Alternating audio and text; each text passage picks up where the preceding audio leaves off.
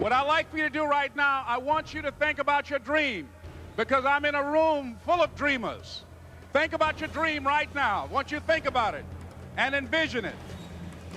Now, ladies and gentlemen, let me share something with you. I do not believe that any of us have dreams that were not given to us for the purpose of accomplishing those particular dreams. And I want to share something with you that has changed my life. I started out, as was indicated by Jack. It's very humble beginnings. I don't know what that dream is that you have. I don't care how far-fetched it might appear to be. I don't care how disappointing it might have been as you've been working toward that dream. But here's what I know, that dream that you're holding in your mind, that it's possible. Let's say that together, please. Say, it's possible. See, sometimes we can't say, I can do that. But what we can say, that it's possible that I can have my dream as we run toward it, as we work on it day in and day out. No one, ladies and gentlemen, could have convinced me when I started out just over 6 years ago, working on my dream. And I want you to think about whatever your dream is, because I was willing to take a chance. And most people won't do that. Most of the people that you talk to try and bring them into the business, these are not risk takers. Most people have done all that they're ever going to do. They raise a family, they earn a living, and then they die. But people who are running toward their dreams, life has a special kind of meaning. And here's what I will share with you, that in the process of working on your dreams, you are going to incur a lot of disappointment, a lot of failure, a lot of pain, a lot of setbacks, a lot of defeats. But in the process of doing that, you will discover some things about yourself that you don't know right now. What you will realize is that you have greatness within you. What you'll realize is that you're more powerful than you can ever begin to imagine. What you will realize is that you're greater than your circumstances, that you don't have to go through life being a victim. As Jack indicated, I was born in Miami, Florida, in an area called Liberty City, in an abandoned building on a hard linoleum floor with my twin brother. We were 6 weeks of age. We were adopted. When I was in 5th grade, I was identified as EMR, labeled educable, mentally retarded, put back from the 5th grade into the 4th grade, and stayed in that category until I got out of high school.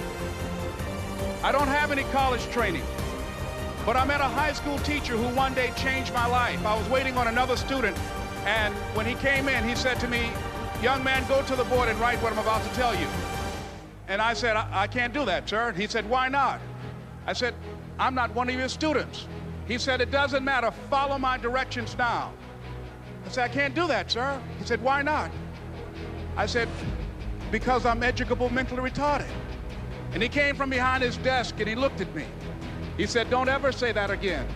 Someone's opinion of you does not have to become your reality."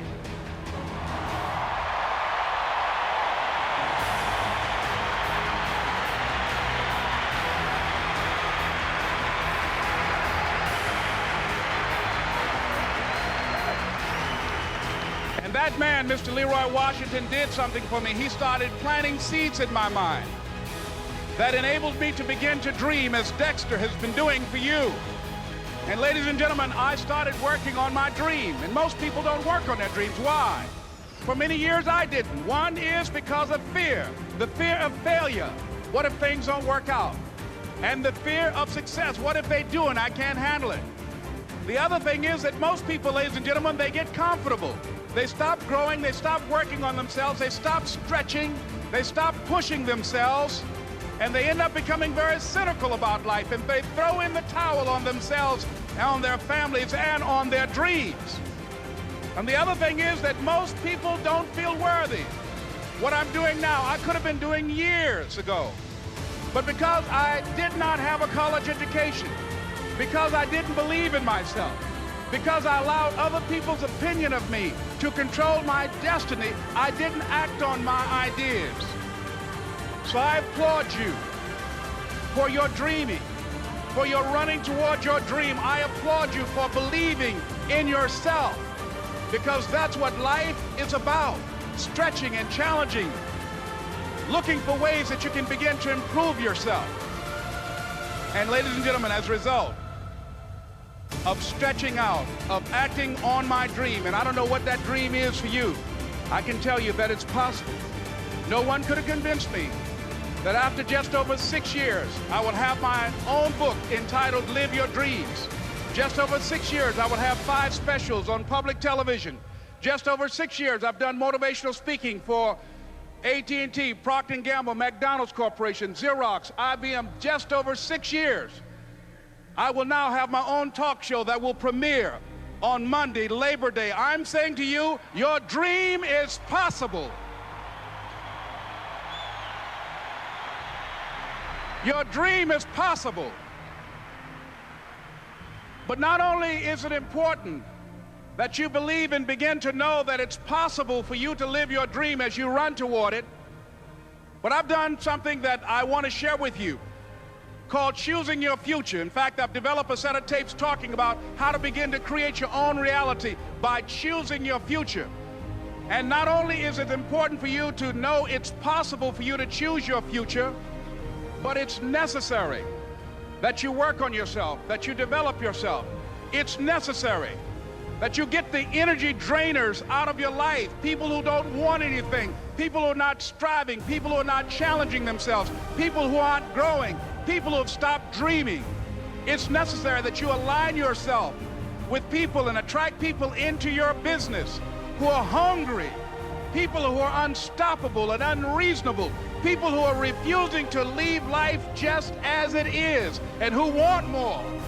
My mother used to say, birds of a feather flock together. If you run around with losers, you will end up a loser. It's necessary that you get the losers out of your life if you want to live your dream.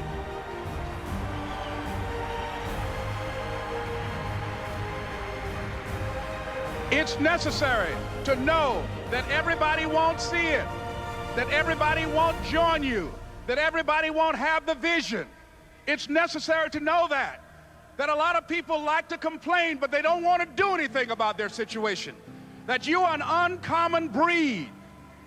You know, you have to know within yourself that I can do this. Even if no one else sees it for me, I must see it for myself.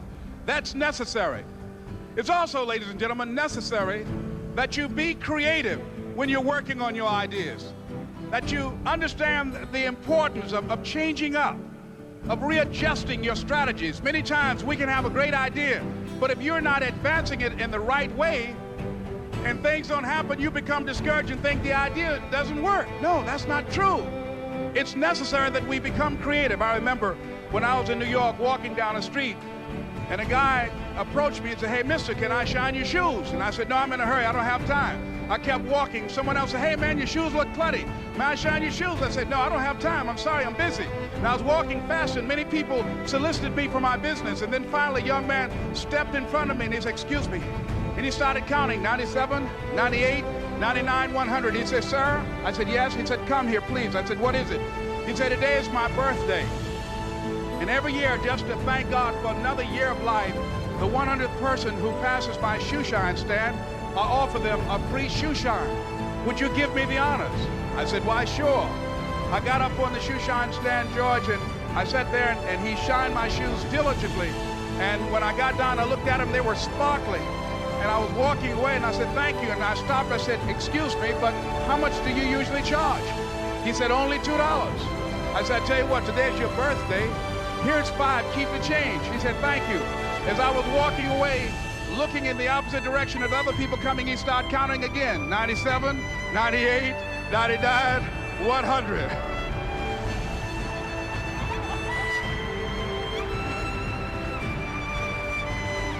It's necessary that you be flexible, that you are always thinking of how can I improve this better. This is a customer-driven economy. it's necessary for you to always explore various ways in which you can improve the quality of service that you're providing for the people in your organization. I remember something, a major company had talked about the extra value service they were providing for their customers. And the lady who had the news conference summarized it this way. She said, it's not our intention to satisfy our customers or to please our customers. Our intention is to amaze them. It's necessary, if you're going to compete today, that you look for ways to amaze your customers by being one of those individuals that keep your commitments, that keep your word, that's relentless. It's necessary as you work with the people that you bring into your organization, that they see that you're a good example of a person to work with, because you model integrity and determination and ambition and truth and honesty and the way in which you conduct business. The next step is, that is you. That is you. That no one can do it for you but you. And even though you face disappointments, even though you will experience some setbacks, it goes with the territory. You must understand that. I remember I was playing a game with my 9-year-old son, John Leslie, and I beat him 10 straight games in a game called Connect 4. And finally, I said, John Leslie, I'm bored. I don't want to play you anymore. And I got up. I said, I'm ready to go to sleep now. And repeat after me, please. Let's say this together. It's not over until I win. John Leslie said, no, you can't go now, Dad. I said, why? He said, it's not over until I win. That was his attitude. We sat down and we played several other games. And finally, after the 11th game, John Leslie won, and he got up and he yawned. And he said, I'm ready to go to sleep now. And I'm saying to you, what if all of us took that attitude after we face a rejection and a no, or we have a meeting and no one shows up, or somebody say, you can count on me, and they don't come through?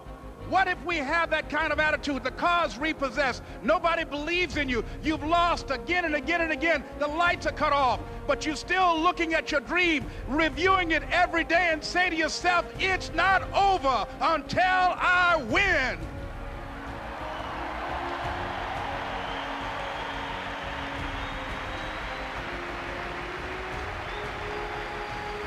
Life will yield to you. Now here's the next step. Repeat after me, please. It's possible. I can live my dream. It's necessary. I work on myself. Surround myself with winners. Become creative. It's me. I've got to make it happen. It's not over until I win.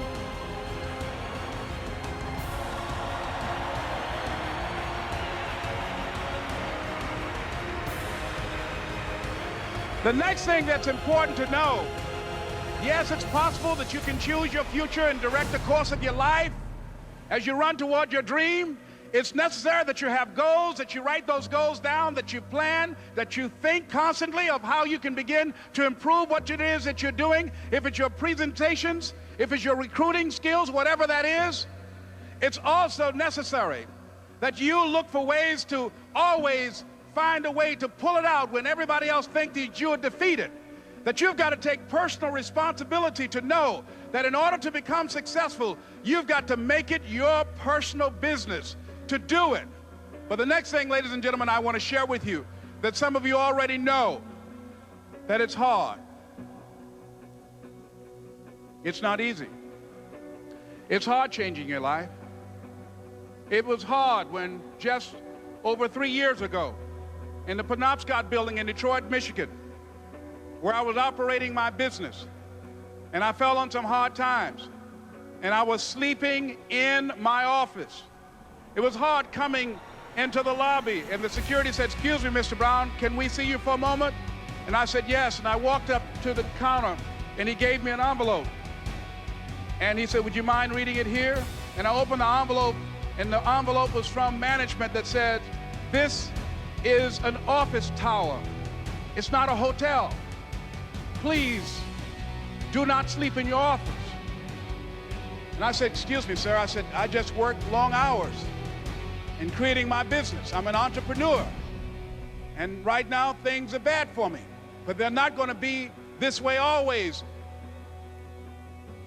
And I just asked for the opportunity to continue to operate like I'm doing. I'm not trying to make this my home. And it was hard coming through the lobby. And sometimes they would laugh. There's a guy talking about becoming successful. And look at him. He's bathing in the bathroom upstairs on the 21st floor. He sleeps on the floor. Him and two other dreamers up there. Look at him. It was hard, ladies and gentlemen, coming to speak to people. And I was facing financial difficulties in my own life. I was behind on my bills and my dreams, and I'm saying to them, you can live your dream. It was hard, ladies and gentlemen. It was very difficult to pick myself up each day believing that I could do it. There were times that I doubted myself. I said, God, why is this happening to me? I'm just trying to take care of my children and my mother. I'm not trying to steal or rob from anybody. How did this have to happen to me? It was very hard. And here's what I want to say to you. For those of you that have experienced some hardships, don't give up on your dream. No one could have convinced me by holding on, by continuing to push forward, by continuing to run toward my dream. And one day, I would have my own talk show. It's a long shot, ladies and gentlemen, from Liberty City, an abandoned building on a floor, never knowing my mother or father. It's a long shot. Being here with you today in this dome in Atlanta, it's a long shot. No college training, labeled educable, mentally retarded, but I kept running toward my dream.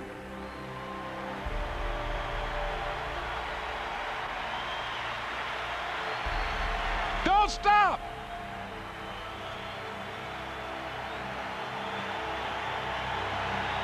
Don't stop.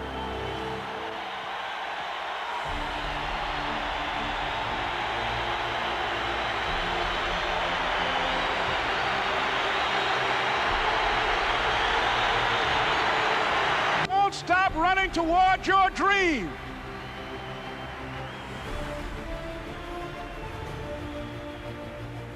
It's very important as you hold on to that dream. There are moments when you're going to doubt yourself. There are rough times are going to come, but they have not come to stay. They have come to pass. It's very important for you to know that. Don't say I'm having a bad day. Say I'm having a character building day.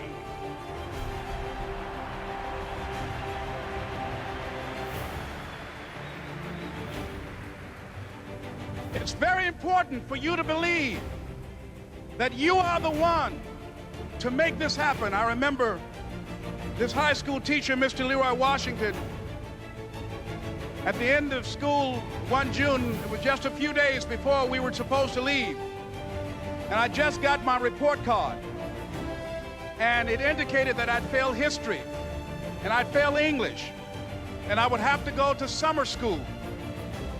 And I was feeling within myself that I was a failure, that I'm slower than most people in getting paperwork, and I was feeling down on myself and very negative. And Mr. Washington was giving a speech to the graduating seniors, and I was in 11th grade. And even though I wasn't supposed to be in there, I went in there because the speech he was giving, that speech was for me. And as he talked, my heart began to beat fast. Tears began to run down my eyes, and I was in the back just listening to him because he said, and he was a very dramatic man. I still talk to him to this day. He said, as graduating seniors of Booker T. Washington High School, I want you to know that you're blessed and highly favored, and that as you go toward the future, begin to know that you have greatness within you.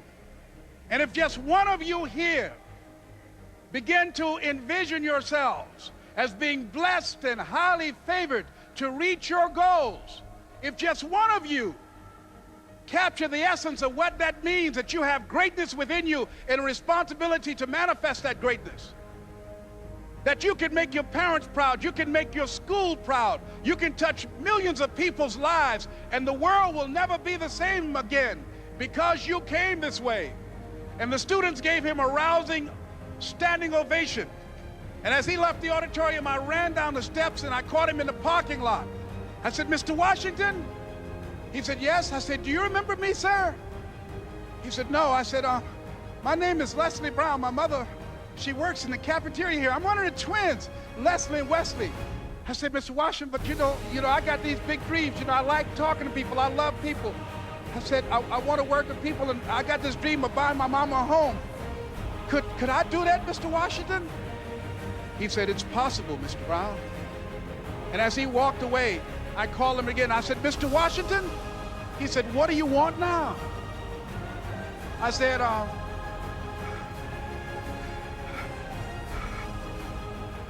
I'm the one, sir. I said, I'm the one. You remember me, sir.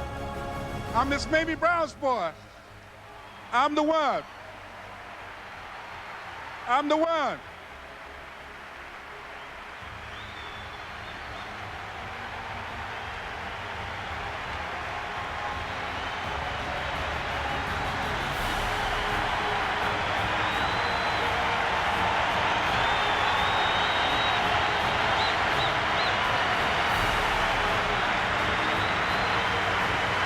And you must feel that that's why you're here, because you are the one. And I remember when PBS first played one of my specials called You Deserve, one Sunday afternoon in Miami, Florida. I had some friends call him to tell him to tune in. And he watched the program. He called me in Detroit, and I answered the phone. I said, hello. He said, may I speak to Les Brown, please? I said, who's calling? He said, you know who this is. I said, oh, Mr. Washington, it's you. He said, you were the one, weren't you? I said, yes, sir. He said, and you were so crazy. I said, I know, but I'm rich now.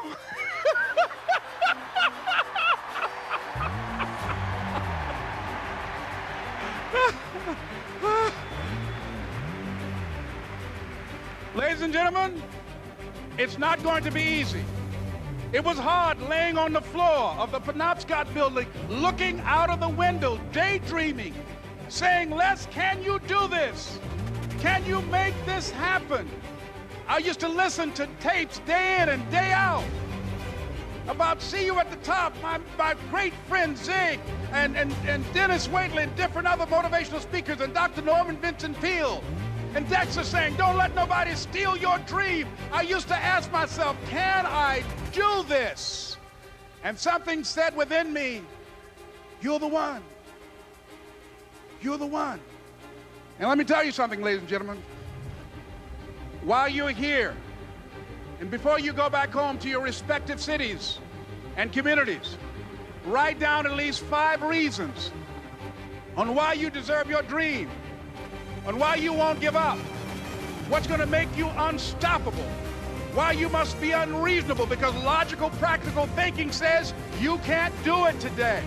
But if you want to produce unreasonable results in your life, like living your dream and taking charge of your destiny, you've got to be an unreasonable person. You've got to be an uncommon person. So write down the reasons of why you're here. My first major goal was to buy my mother a home. And let me tell you something, ladies and gentlemen. What will reasons do, Les? Nietzsche said, if you know the why for doing, you can endure almost anyhow. What do you mean by that? If you know why you're doing something, when the hard times come, and they're going to come, when the disappointments and the rejections come, and they're going to come by the truckloads, your reasons will be your rod and staff to comfort you, to pick you up. Once again, I got a saying on one of my tapes, if life knocks you down, try and land on your back, because if you can look up, you can get up. Let your reasons get you back up.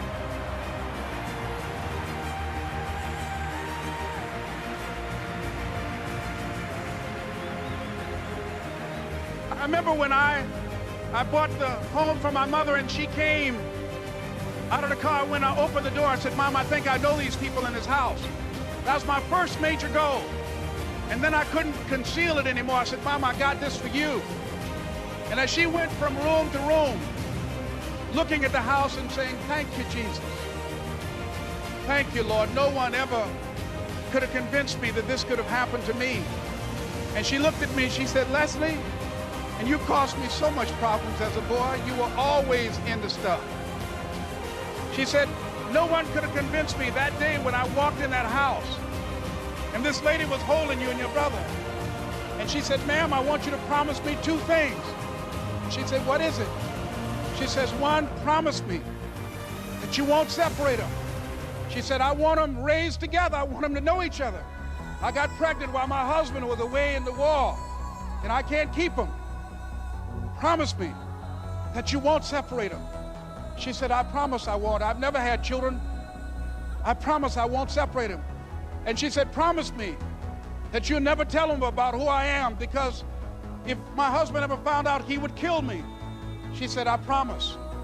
And she said that she gave them to us, and she kind of cried, and she was walking out the door, and she looked at my adopted mother. She said, remember, don't you separate them. She said, I swear to God, I won't separate them. I'll keep them together. And she said, as I held y'all in my arms, I never had any children of my own.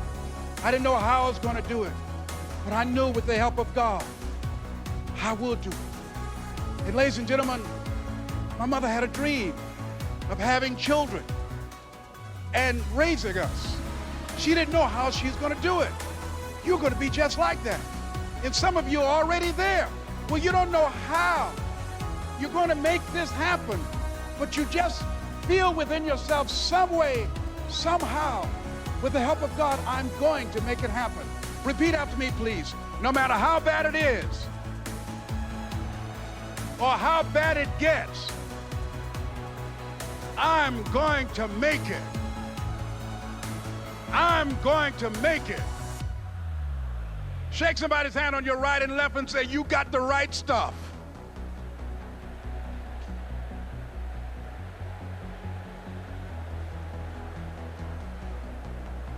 So yes, it's possible for you to live your dream. It's necessary that you associate with winners, that you work your system, that you are relentless, that you never give up. It's you. You've got to take personal responsibility. You've got to make it your personal business to make it happen. And you've got to resolve within yourself that I can do this, that it's hard, but you've got to say, I'm the one. I'm the one to make this happen. I'm the one to become successful in this business. As you work to help other people to become successful, that feeds your success. But you know it's going to be hard, but find out what will make it worth it for you. I told Mr. Washington I wanted to become a disc jockey. Someone asked me to tell this story. And he said, Les Brown, he said, if you want to do anything worthwhile in life, you've got to be hungry. And so I started working to develop myself. He said, I want you to practice every day being a disc jockey. I said, but I don't have any job now. He said, it doesn't matter. He said that it's better to be prepared for an opportunity and not have one than to have an opportunity and not be prepared. So every day I was working to develop myself. And that's what you must do. And as I was working to develop myself, I applied for a job as a disc jockey, WMBM on Miami Beach. I went to a guy named Milton Butterball. I said, how you doing, Mr. Butterball? I'd like to get a job as a disc jockey. He looked at me, he said, you have any broadcast background? I said, no, sir, I don't. You have any journalism background? I said, no, sir, I don't. He said, we don't have any jobs available. I said, yes, sir. I went back to Mr. Washington and I told him, he said, don't take it personally. He said, most people are so negative, they will have to say no 7 times before they say yes. He said, go back again. So I went back again. I said, how you doing, Mr. Butterball? My name is Les Brown. He said, I know what your name is. What do you want? I said, I'd like to know whether or not you have any jobs as a disc jockey, sir. He said, didn't I just tell you yesterday we didn't have any jobs? I said, yes, sir, but I know whether or not somebody got laid off or somebody was fired, sir. He said, no one was laid off or fired. Now get on out of here. I came back the next day. Hello, Mr. Butterball, how are you? He said, fine, what do you want now? I said, I'd like to know whether or not you got any jobs, sir. Didn't I tell you the last 2 days we didn't have any jobs? I said, yes, sir, but I don't know whether or not somebody got sick or somebody died, sir. He said, no one got sick or died. Now don't come back here and throw me out again. I came back the next day like I was seeing him for the first time. I said, hello, Mr. Butterball, how are you? He looked at me with rage. He said, go get me some coffee. I said, yes, sir.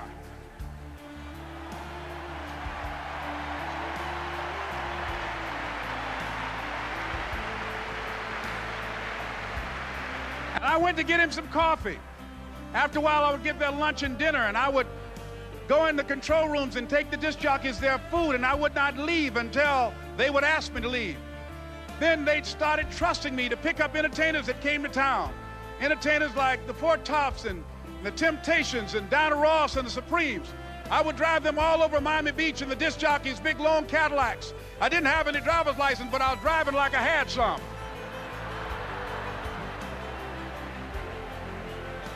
And one day, one Saturday afternoon, while I was at the radio station, a guy named Rock was drinking while he was on the air.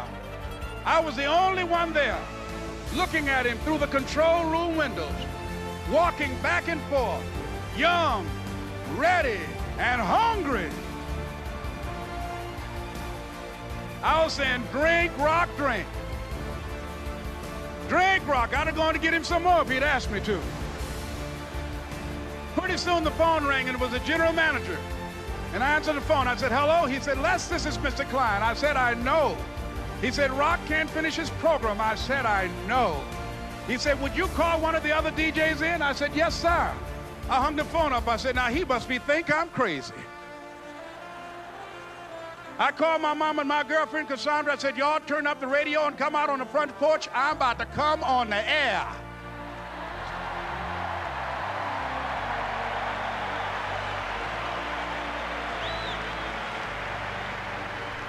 I waited for about 20 minutes, and I called him back. I said, Mr. Klein, I can't find nobody. He said, young boy, do you know how to work the controls? I said, yes, sir. He said, go in there and don't say nothing here. I said, yes, sir. I couldn't wait to get behind those controls. I put on an old Stevie Wonder record called Fingertips.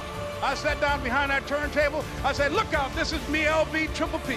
Les Brown, your platter playing Papa. There were none before me, and there will be none after me. Therefore, that makes me the one and only. Young and single and love to mingle, certified, bona fide, indubitably qualified to bring you satisfaction, a whole lot of action. Look out, baby, I'm your love man. I was hungry.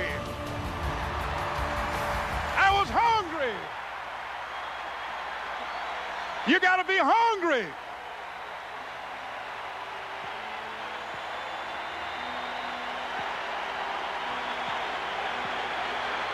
You gotta be hungry.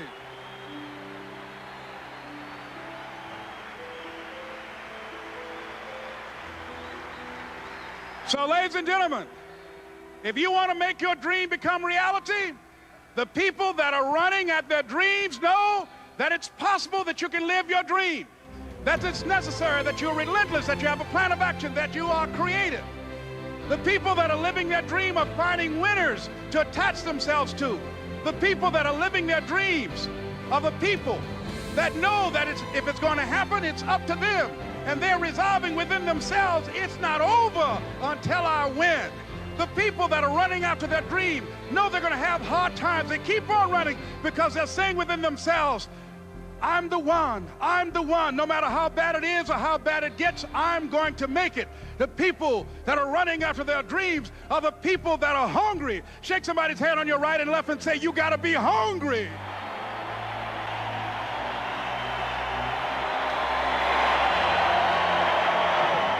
And as you run toward your dream, I want to dedicate this to you that I love very much. I want to thank Dexter and all of you.